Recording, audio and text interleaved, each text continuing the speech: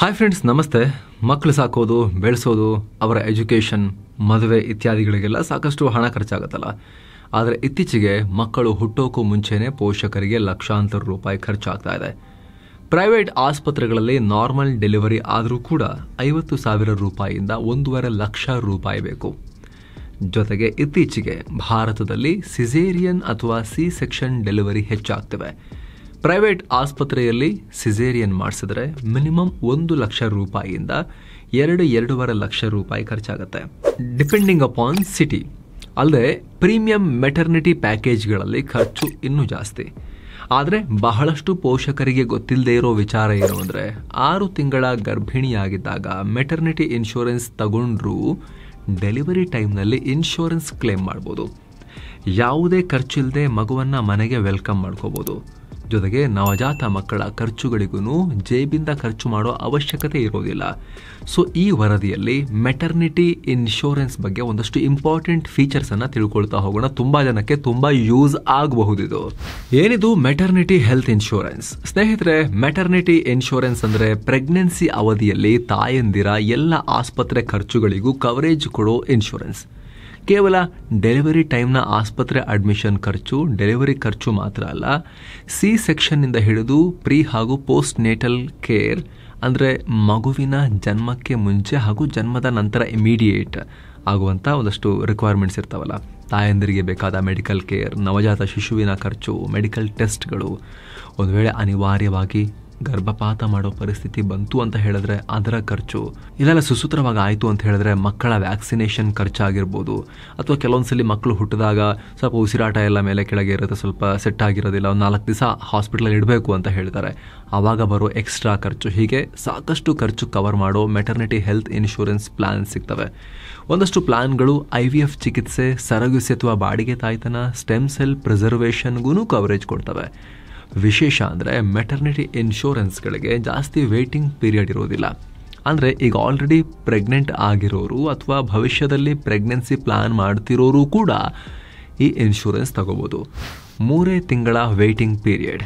S ಸ್ನೇಹಿತರೆ, ಸಾಮಾನ್ಯವಾಗಿ regular health insurance ಪ್ಲಾನ್ಗಳಲ್ಲಿ ಮೆಟರ್ನಿಟಿ ಬೆನಿಫಿಟ್ಸ್ ಇರೋದಿಲ್ಲ. ಇದ್ರೂ ಅವುಗಳ ವೇಟಿಂಗ್ ಪೀರಿಯಡ್ 9 ತಿಂಗಳವರೆಗೂ ಇರಬಹುದು. ಆದರೆ ಪಾಲಿಸಿ ಬಜಾರ್ನಲ್ಲಿ ಕೇವಲ 3 ತಿಂಗಳು ವೇಟಿಂಗ್ ಪೀರಿಯಡ್ ಇರುವಂಥ ಮೆಟರ್ನಿಟಿ ಪ್ಲಾನ್ಗಳನ್ನು ಕೂಡ ನೀವು ತಗೋಬೋದು. ಇದರ ಅರ್ಥ, ಒಬ್ಬ ಮಹಿಳೆ 6 ತಿಂಗಳ ಗರ್ಭಿಣಿಯಾಗಿದ್ದಾಗ ಮೆಟರ್ನಿಟಿ ಇನ್ಶೂರೆನ್ಸ್ ಮಾಡಿಸಿದ್ರೂ ಕೂಡ 3 ತಿಂಗಳ ನಂತರ ಡೆಲಿವರಿ ಆದರೆ ಕವರೇಜ್ ಸಿಗುತ್ತೆ. ಇನ್ನೂ ಬೇಗ ತಗೊಂಡ್ರಂತೂ ಆರಾಮಾಗಿ ಡೆಲಿವರಿ ಖರ್ಚುಗಳಿಗೆ ಕವರೇಜ್ ಪಡ್ಕೋಬೋದು. ಬರೀ 1-2 ಸಾವಿರ ರೂಪಾಯಿಗೆಲ್ಲ 5 ಲಕ್ಷ ರೂಪಾಯಿವರೆಗೂ ಕವರೇಜ್ ಕೊಡೋ ಪ್ಲಾನ್ಗಳಿದ್ದಾವೆ. ಮಿನಿಮಮ್ 50,000 ರೂಪಾಯಿ ಫಿಕ್ಸೆಡ್ ಮೆಟರ್ನಿಟಿ ಬೆನಿಫಿಟ್ಸ್ ಇರೋ ಪ್ಲಾನ್ಗಳು ಕೂಡ ಇದ್ದಾವೆ. ಅಂದರೆ ಇಂಥ ಪ್ಲಾನ್ಗಳಲ್ಲಿ ಮಿನಿಮಮ್ 50,000 ರೂಪಾಯಿ ಅಂತೂ ಸಿಕ್ಕೇ ಸಿಗುತ್ತೆ. ಸೊ 3 ತಿಂಗಳ ಪ್ರೀಮಿಯಂ ಅಂದರೆ 3ರಿಂದ 5,000 ರೂಪಾಯಿ ಆಗ್ಬೋದು. ಕೆಲವೊಮ್ಮೆ ಇನ್ನೂ ಕಮ್ಮಿನೂ ಆಗ್ಬೋದು, ಸ್ವಲ್ಪ ಜಾಸ್ತಿನೂ ಆಗ್ಬೋದು. ನೀವು ಕಟ್ಟೋ ದುಡ್ಡು ಪ್ರೀಮಿಯಂ ಕಟ್ತಾ ಹೋಗೋದು.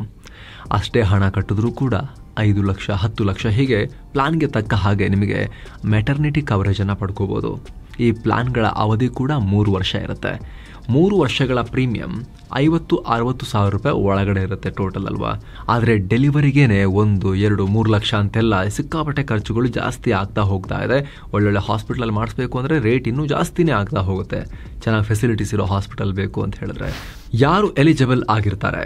18 ವರ್ಷ ತುಂಬಿರೋ ಮಹಿಳೆಯರು ಮೆಟರ್ನಿಟಿ ಇನ್ಶೂರೆನ್ಸ್ ತಗೋಬಹುದು. ಹಾಗಂತ ಇದು ಅವರೊಬ್ಬರಿಗೆ ಮಾತ್ರ ಕವರೇಜ್ ಕೊಡಲ್ಲ. ಇನ್ಶೂರ್ಡ್ ವ್ಯಕ್ತಿಯ ಜೊತೆಗೆ ಕಾನೂನುಬದ್ಧವಾಗಿ ಅವ್ರನ್ನ ಮದುವೆಯಾಗಿರೋ ಪಾರ್ಟ್ನರ್ ಅಥವಾ ಲಿವ್ ಇನ್ ಪಾರ್ಟ್ನರೇ ಆಗಿದ್ರೂ ಕೂಡ ಬೇಸ್ ಪಾಲಿಸಿಯಲ್ಲೇ ಅವರಿಗೂ ಕವರೇಜ್ ಸಿಗುತ್ತೆ.